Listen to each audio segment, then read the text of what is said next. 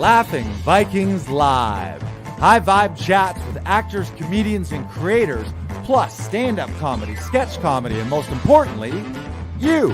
That's right, join us every Monday for new episodes, and you can be a part of the show on Facebook Live, YouTube Live, and Twitch. Ask questions and interact in the comments, and make sure to share this with your actor, comedian, and creator friends so they can be a part of the show too. Can't make a live show? No problem. You can catch up on your favorite podcast platform and visit laughingvikings.com to find out how you can join the cast and crew. All right, it's time for today's show. Buckle up and make sure you stick around to the end because we have a special surprise for you. All right, ladies and gentlemen, it is Laughing Vikings Live. Happy Monday Fun Day. Let's go.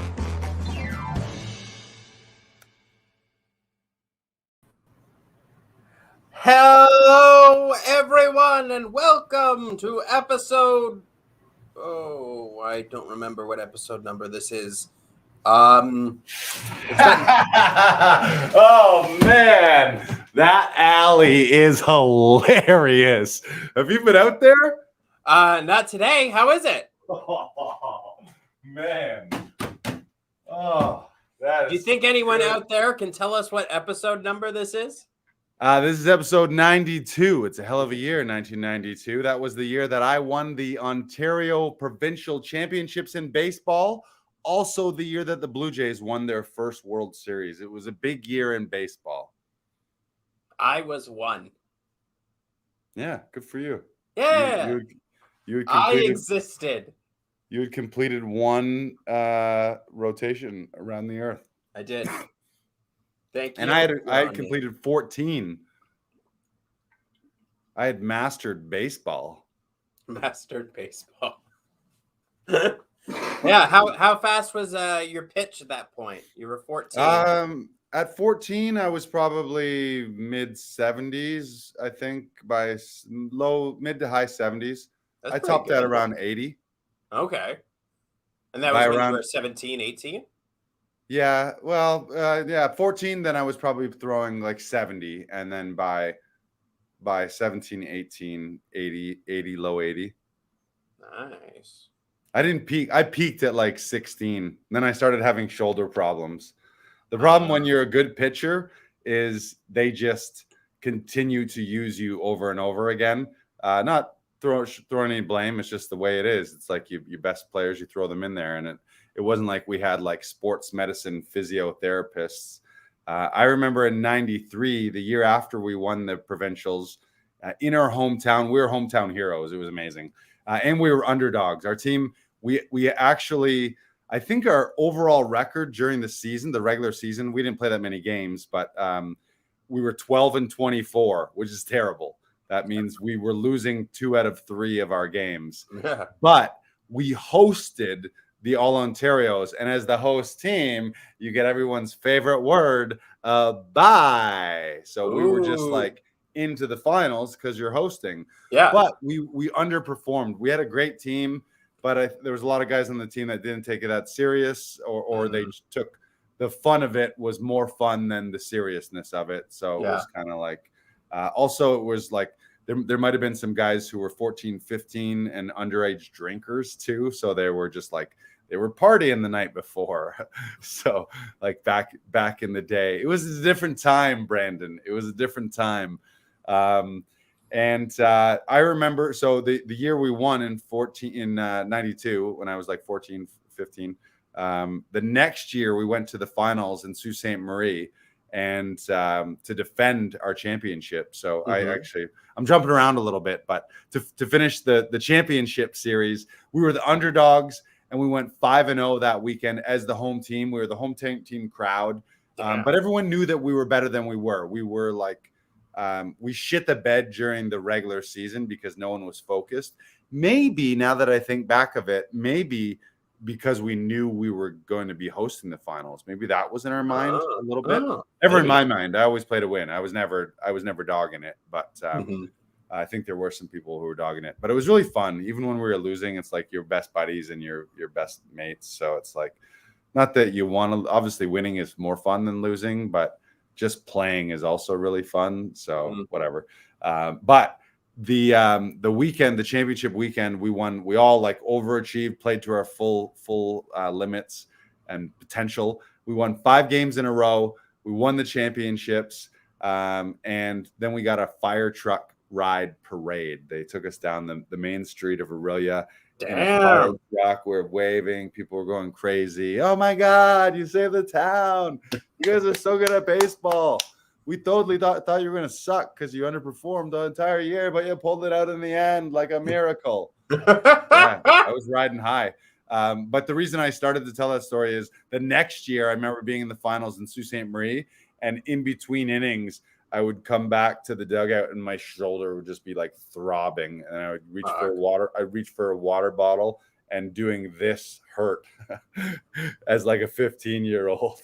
Like, I need some Gatorade. Ooh, my shoulder hurts.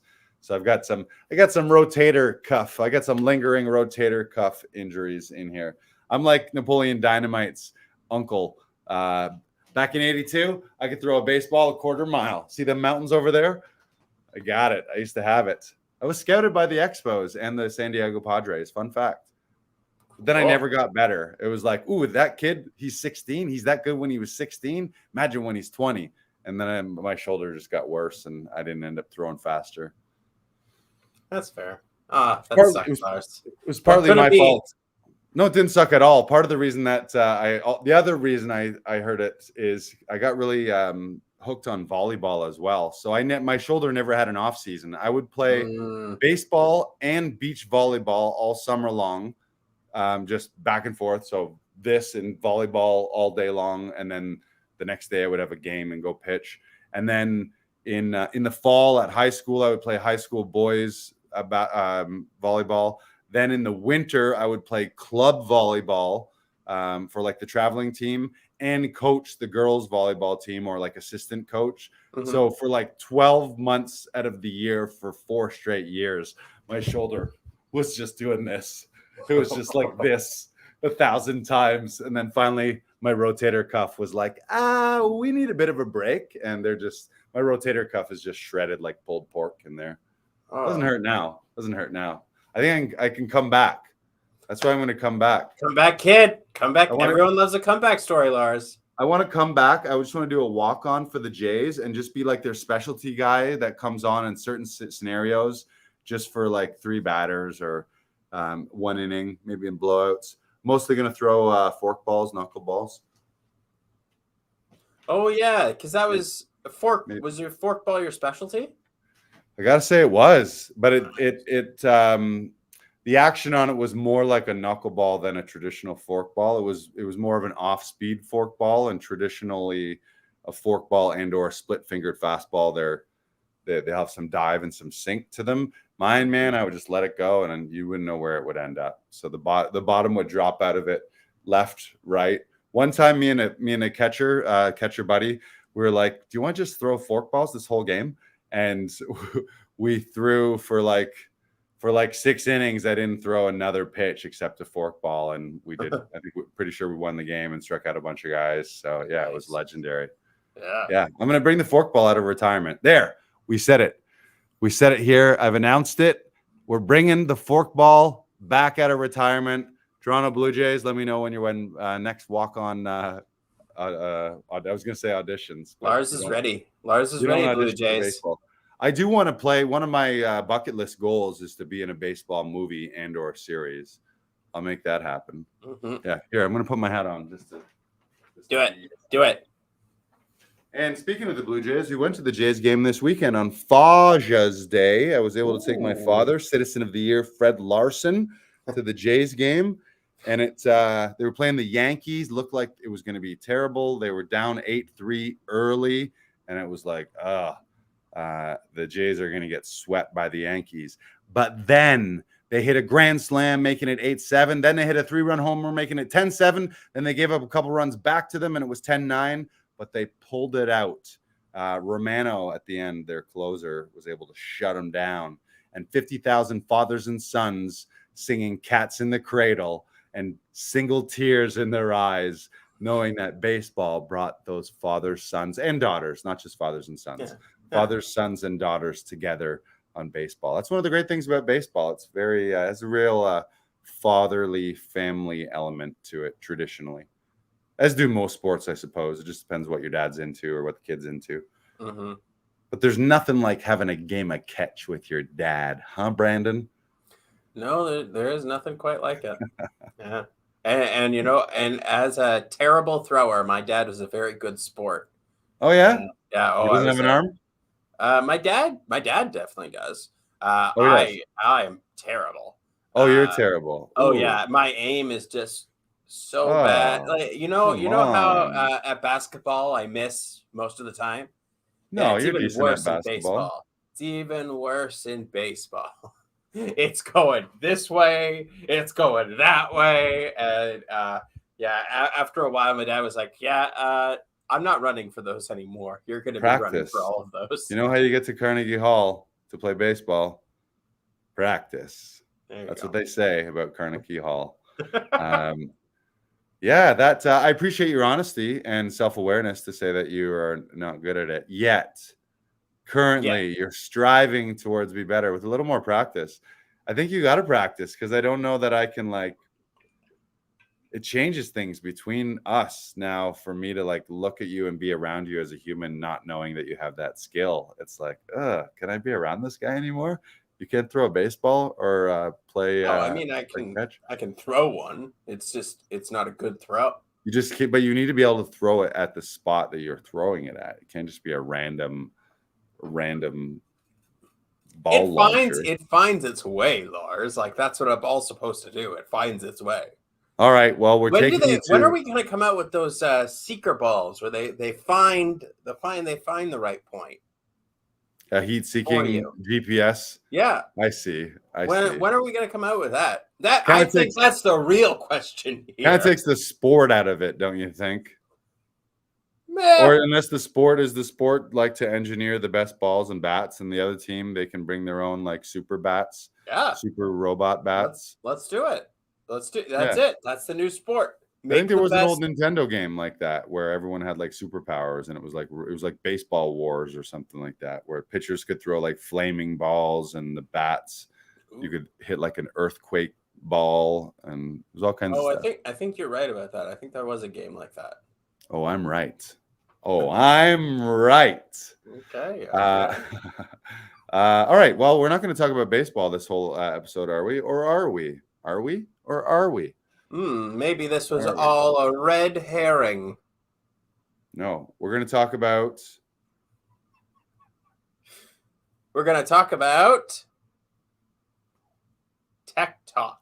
Tech Talk. It was funny that we're going to talk about Tech Talk as I think you were looking at your camera, adjusting the blur and the focus on your camera.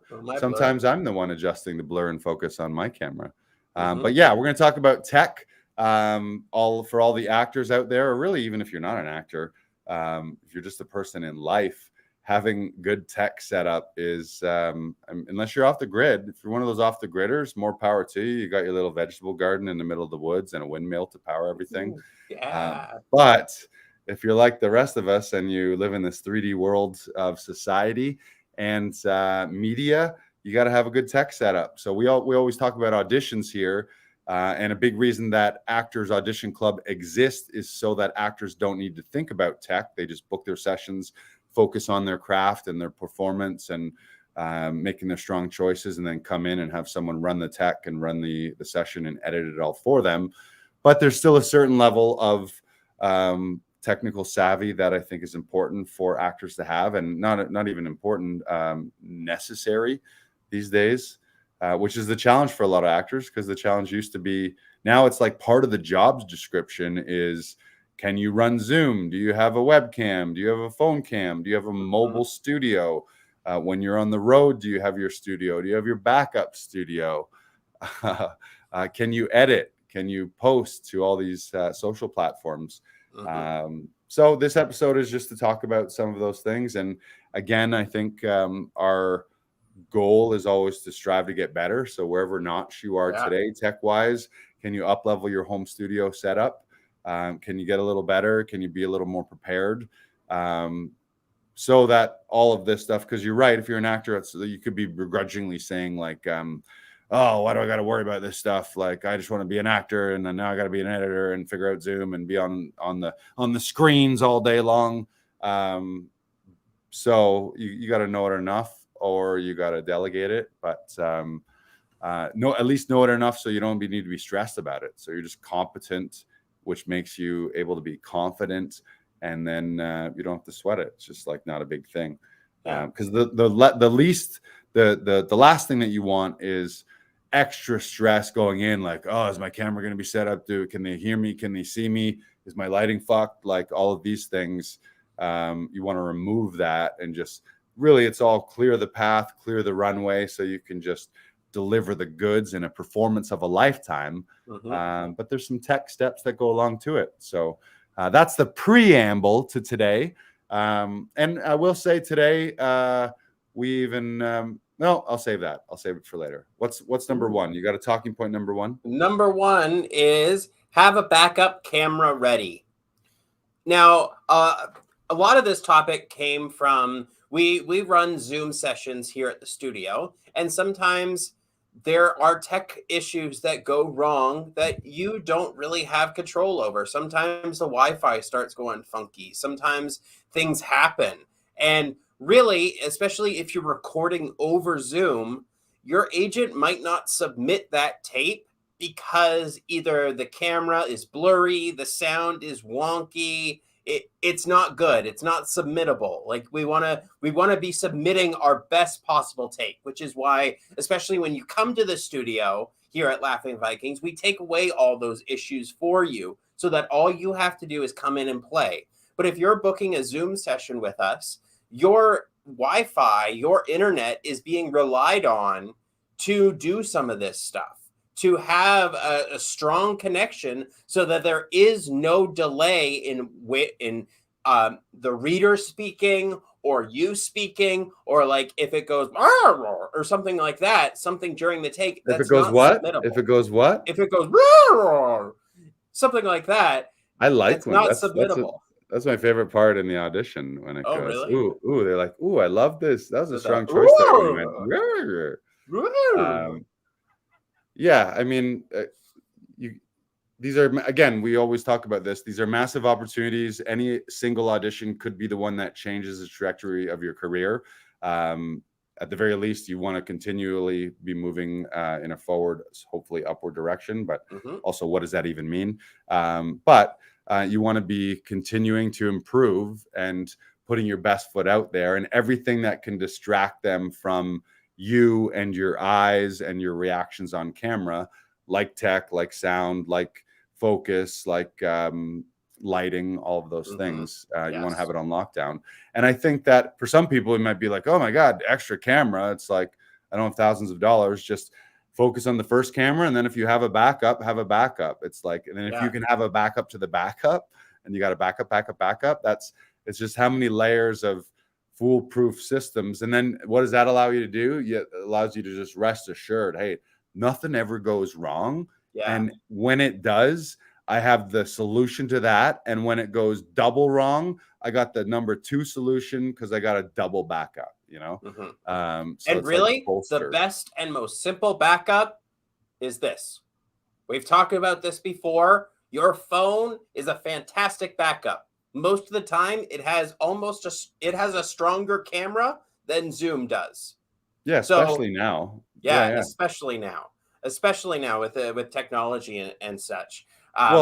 If you have either your phone or another like HD camera or something like that you can just press record, and like if your internet's wonky and your reader's sort of cutting in and out, that's not bad. That's not as bad as having you, the focal point of the audition, being cutting in and out or freezing or that sound. That just can't happen. That can't happen. You really have to have the professionalism of what professional TV and film looks like. And you never watch a TV show and you're like, oh, did the sound just cut out there? Or, oh, did it just slow down and the frame rate got all fucked up and then I couldn't see them and then I couldn't hear them? It's like that never happens. So I would say like never submit something that is anything less than it's like we talk about how sports referees, the best referees are in hockey are the best baseball umpires.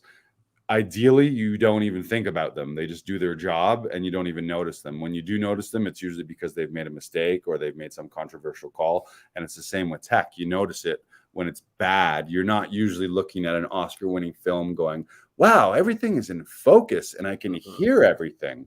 Yeah. It's also important to note that, especially with Zoom, it downgrades the quality of the tape.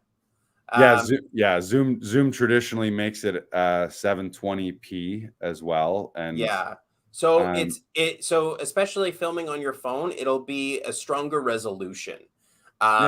So again, it's just good to have these backup plans for if something fails. That's why we're doing this today. That's why we're talking about this, so that you're ready to go when you have that big audition and you're not fumbling around and like, oh my God, the Zoom isn't working. My Wi-Fi is cutting in and out. What am I supposed to do? Right. Now, have something, be prepared. And that would extend to batteries, to SD cards. Yes. Like, don't only have one battery or one charger. It's like, how many times have you lost a charger and then been like, oh, fuck, I don't have a charger. But if you ever lose a charger and you have a backup charger, it doesn't affect your life at all. Yeah. Like, then you just got to make a mental note. Oh, at some point I'll go replace the backup. But it's like forgetting your charger, or say you're on the road. A lot of times actors go on the road and you're in a hotel, and that's when you get the big thing when you're on vacation. Either you're on the road working, like you're out of town, or you're just on a vacation. And the old adage is like, you want to get a big audition, it's book out with your agent and go take a vacation. And the day you arrive, you're going to get an audition request. But you got to have gear for that stuff too, so that you're not missing out on opportunities. Or you have to be okay with, hey, I'm going to miss out on opportunities because I don't have my tech shit together. Backup cameras. And you're really most phone cameras are amazing. Laptop cameras seem to be still lagging behind. Like most people, if you just are using your onboard laptop, chances are it's maybe not high quality enough. You might need to upgrade to a webcam. So look into that as well. Which is a great segue into number 2 for this. Invest in equipment. Invest in, and like I was just listening to a podcast about this today, the TOVO podcast with Jonathan Sconza. Fantastic. I highly, highly recommend it. And he was talking to Daryl Hogan, who works with Kim Herden Casting.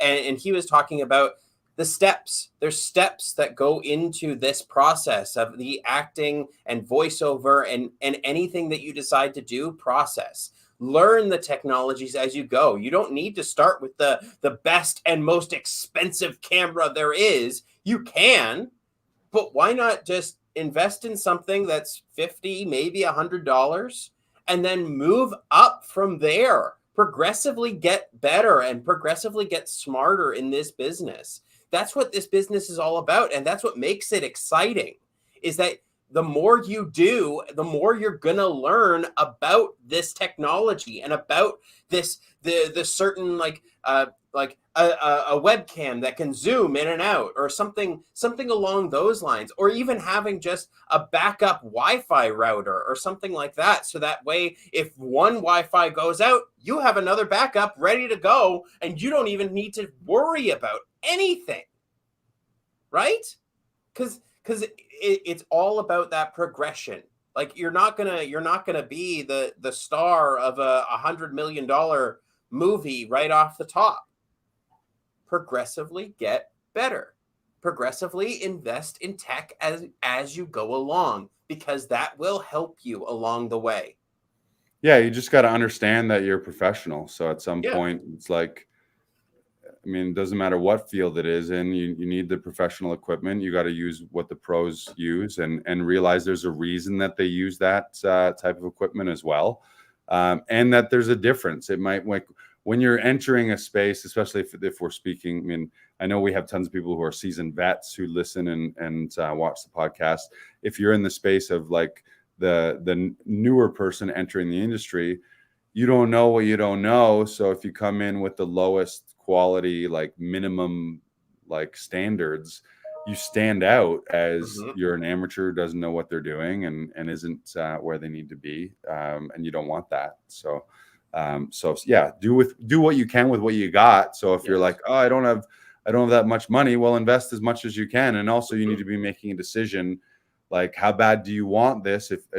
If in your head, your vision is 6 figures, 7 figures, A-lister, leads of things, well, all of those people aren't spending their entire time worrying about $100 for a webcam. You know what I mean? Like, and again, there's a little cart before the horse, and you got to make it happen early on, but scratch and claw for everything that you can in the beginning.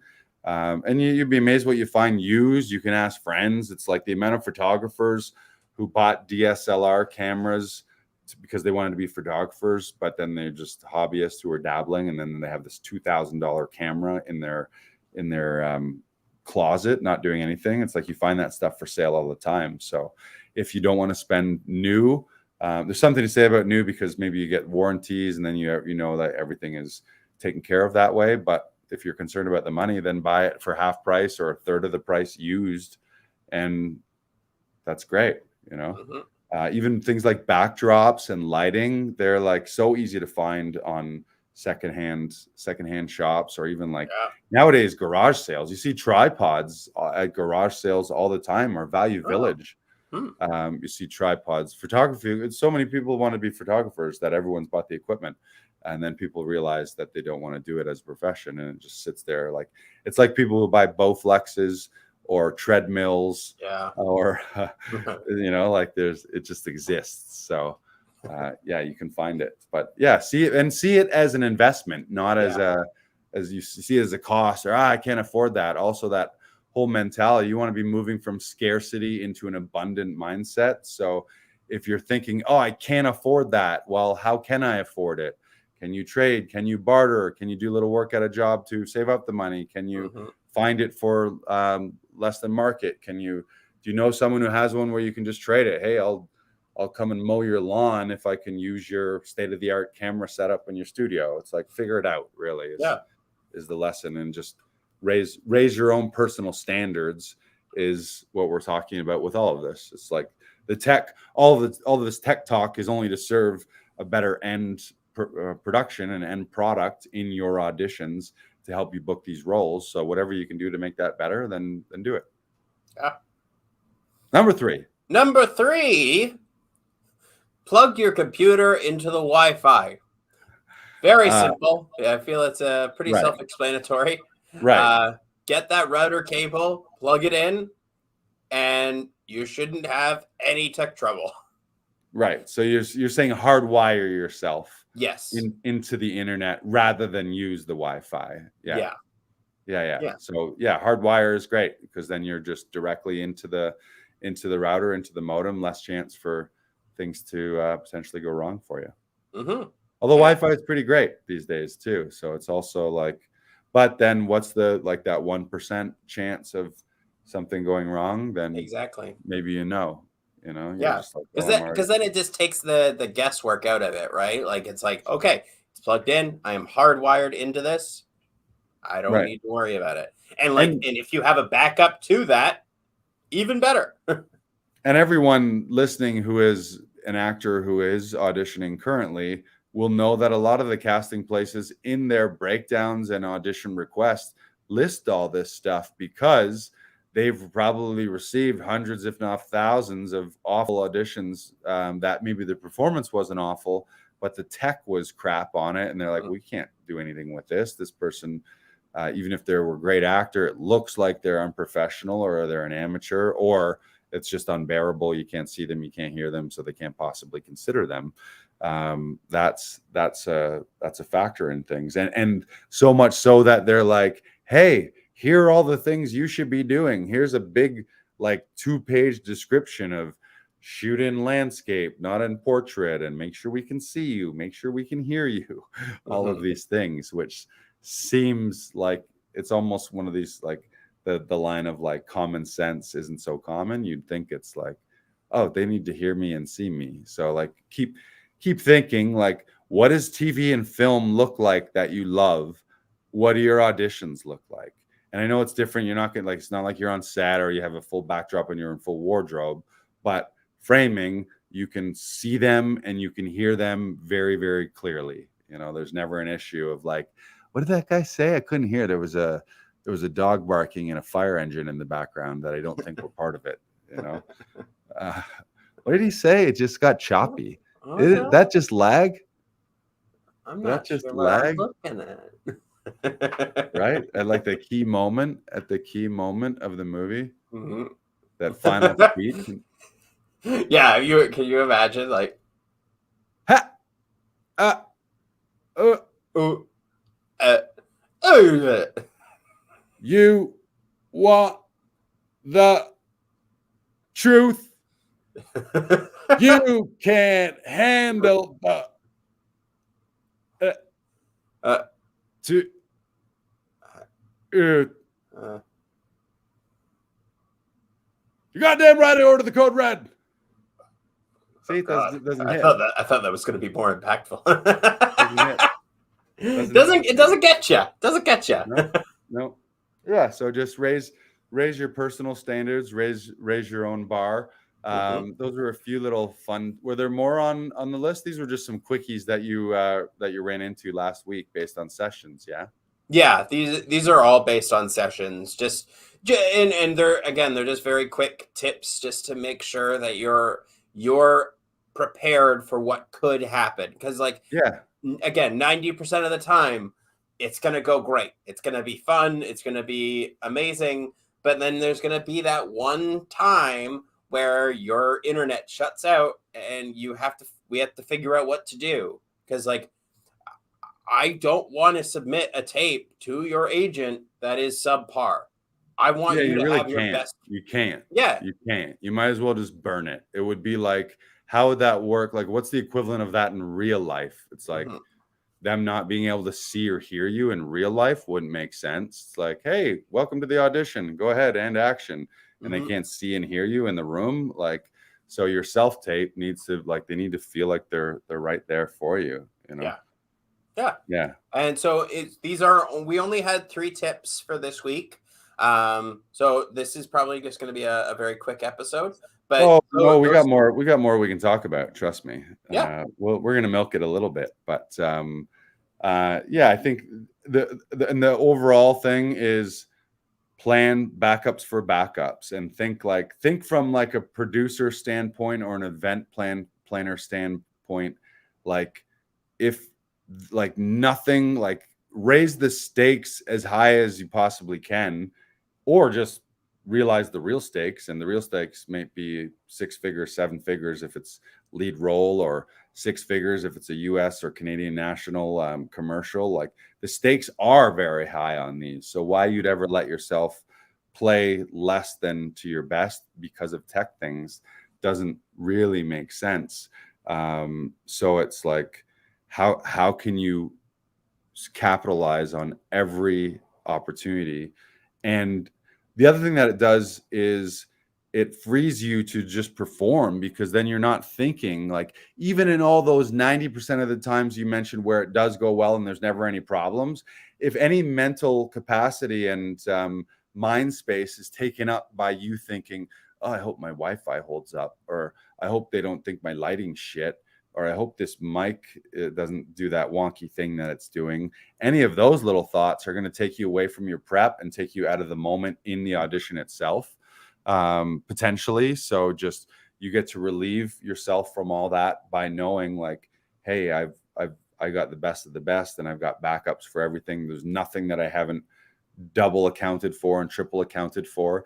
And then I think the extra thing on top of that is then still understand that the shit may hit the fan, and Murphy's Law says shit may go wrong. And then what do you do in that case? Don't be the person that freaks out and gets super apologetic and super flustered and oh my God, oh, so sorry, I'm so sorry.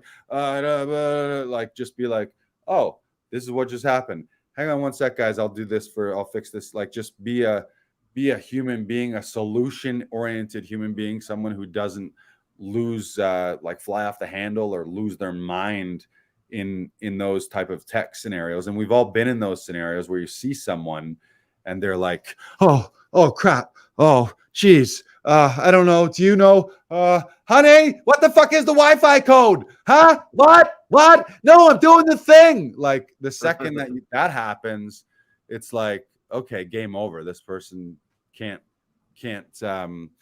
be calm under pressure. So it's just, if your camera does go out or cut out, just deal with it quickly and efficiently, hopefully with a little bit of humor and some levity, so that production and casting knows, okay, ideally none of this would happen. So strive to be the person where none of that shit happens, so you don't ever have to worry about it.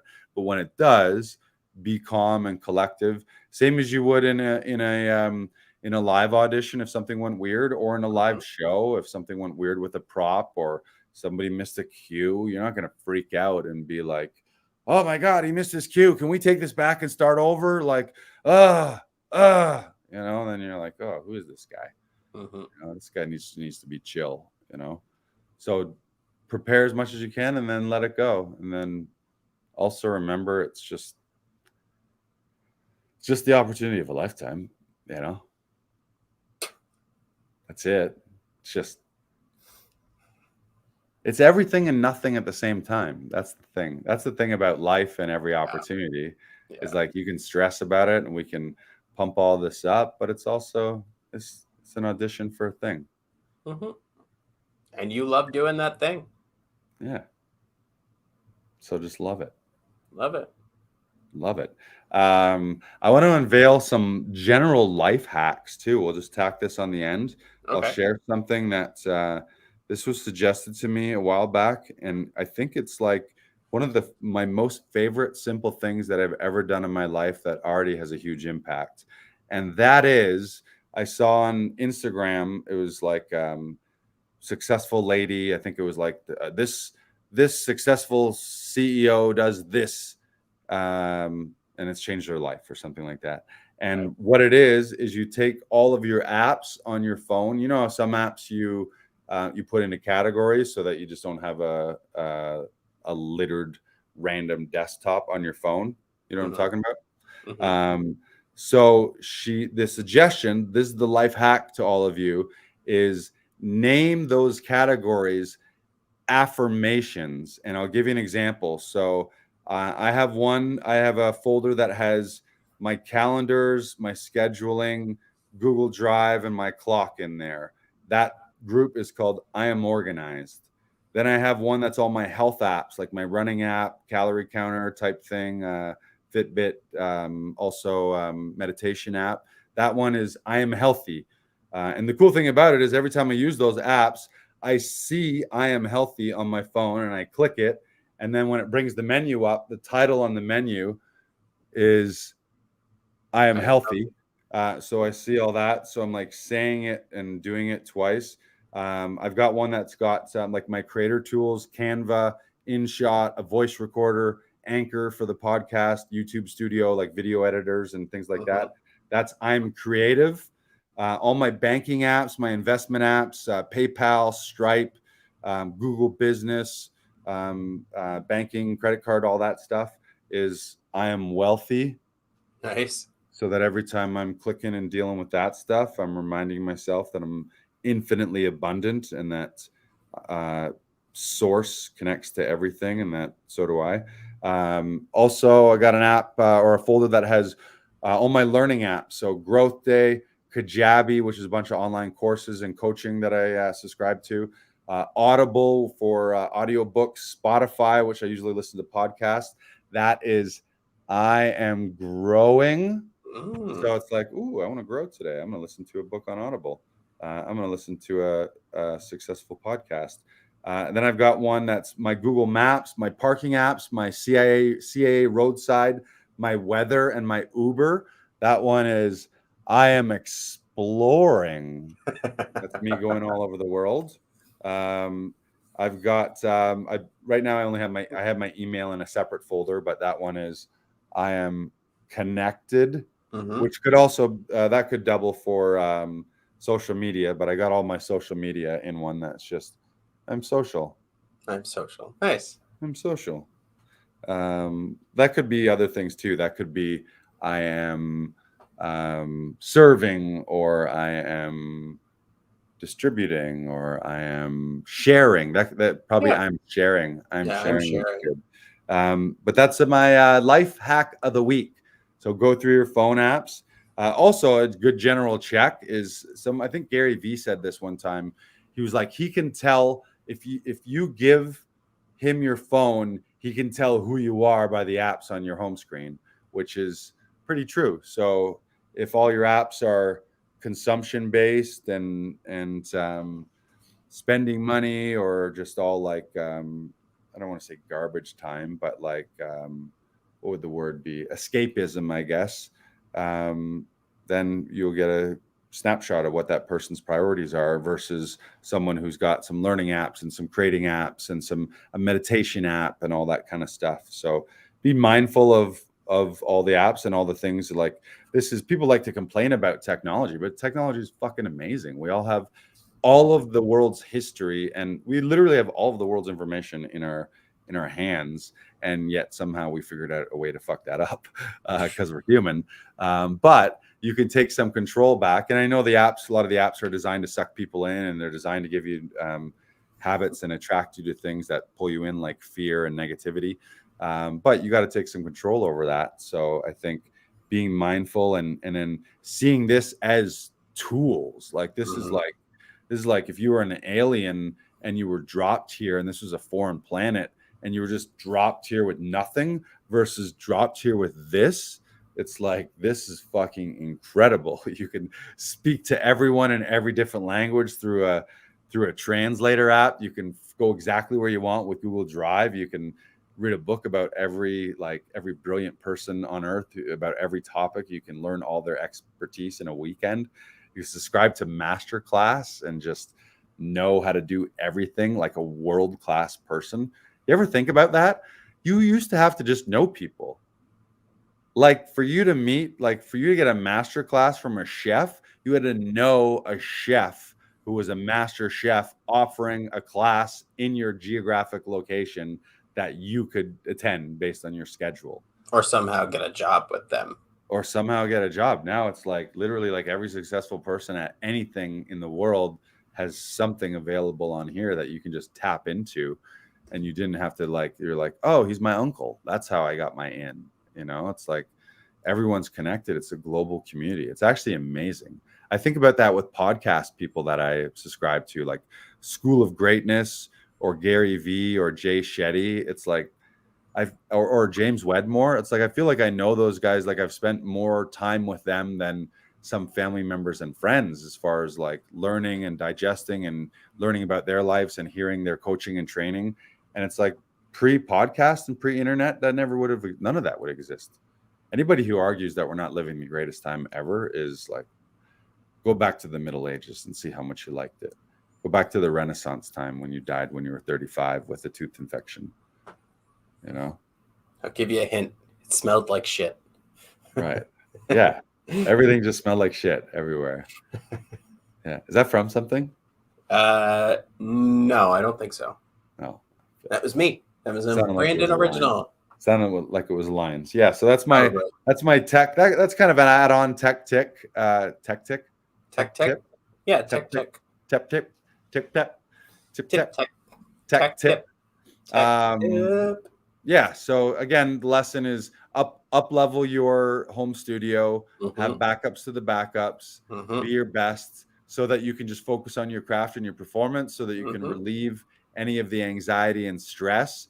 And also, that's not just your anxiety and stress. Relieve the anxiety and stress of casting and production, because they're like, oh shit, how many people are we going to deal with today that don't have a good Wi-Fi connection or don't know how to use Zoom? Or haven't figured out that their camera can't be on the floor, or in a weird spot, or like we need the light, or like the light. Some people set up and there's a window behind them, so they're all blowing out in the dark.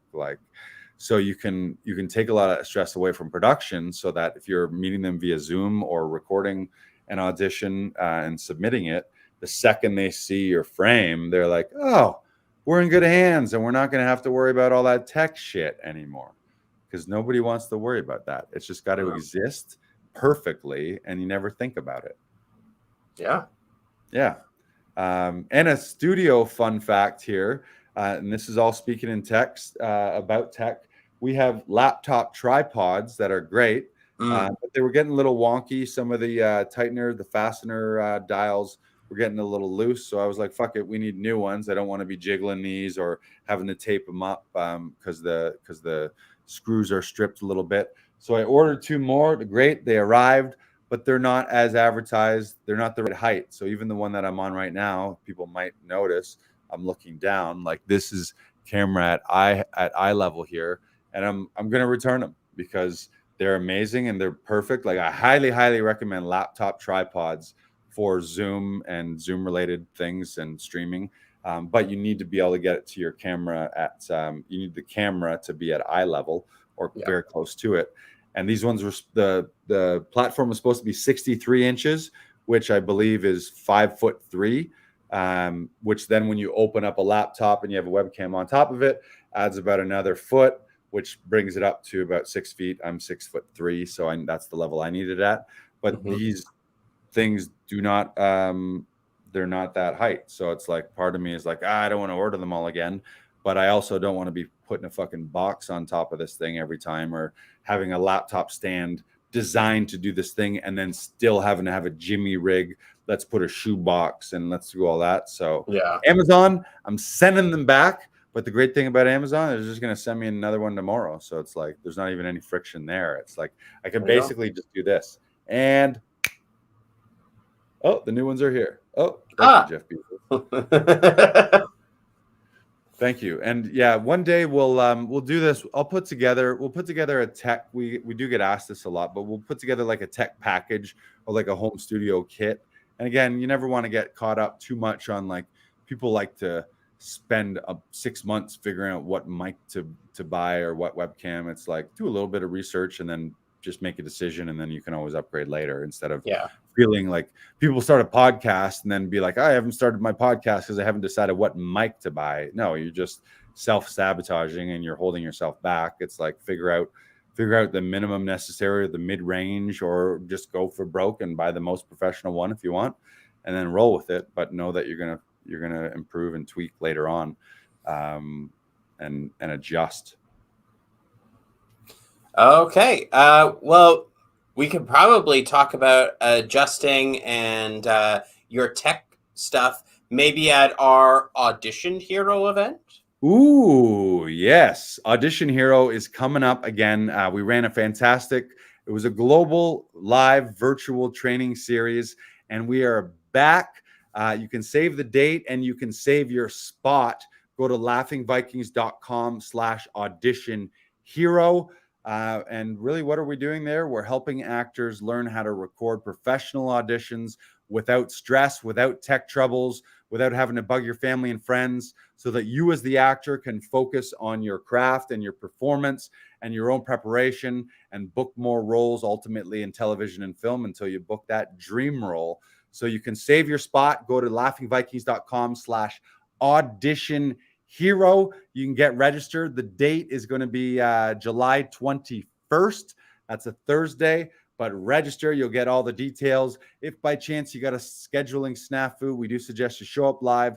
But if you miss it live, you will have access to replays, if and only if you've registered. So make sure to register, laughingvikings.com/audition hero, and we will help you step into your dream role in 2022.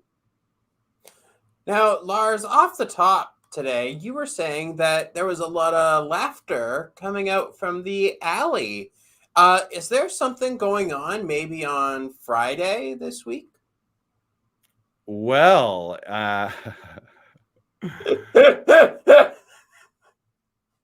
why, yes, we do have another Comedy Alley show this weekend. In fact, we got 2 right out that door in the alley. On Friday, June 24th, we have Aliyah Kanani. We also have John Mostyn, and we have Zayn Ali. That's here. I'm gonna do that. I'm gonna do that fresh. We'll do it fresh. Well, I'm gonna do it fresh for the soundbite. Brandon edits these. I gotta do a good one. That was too, like, we're never gonna use that one.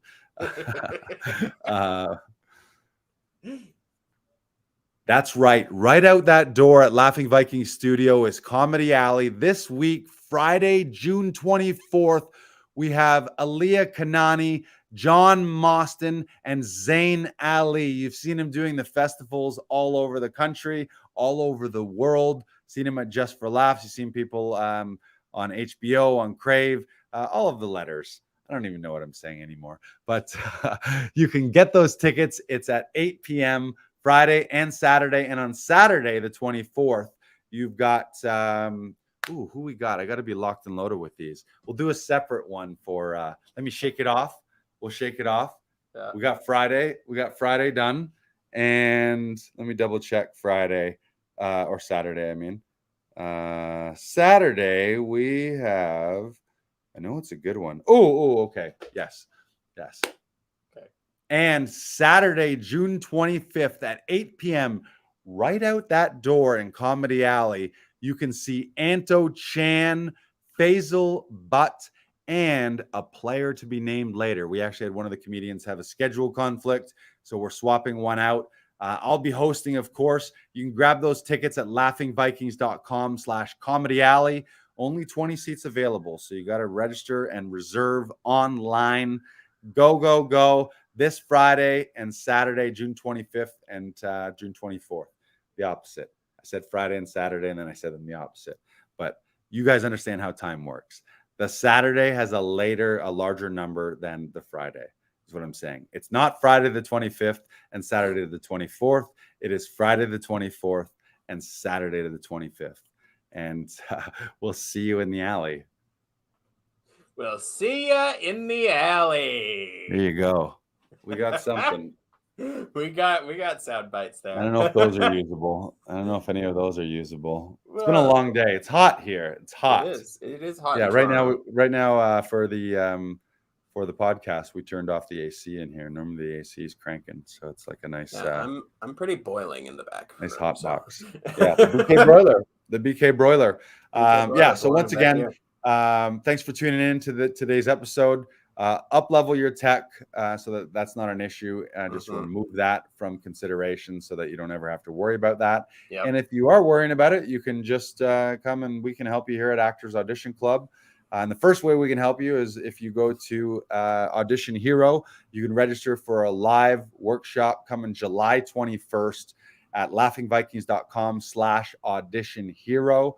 And the second way we can help you is if you just need a laugh, grab some tickets to Comedy Alley at laughingvikings.com/comedy alley. Tell all your friends, like, comment, subscribe, do all the things. And anytime you want to share this in social media, tag us. You can tag us at Laughing Vikings or at Actors Audition Club. And then you can win prizes. Prizes. I like to dish out prizes, free tickets, free promo codes, coupon codes, 2-for-1s, 50% off. Yeah, we've also been playing a very special game at Comedy Alley to finish off the shows, and people are dying for it.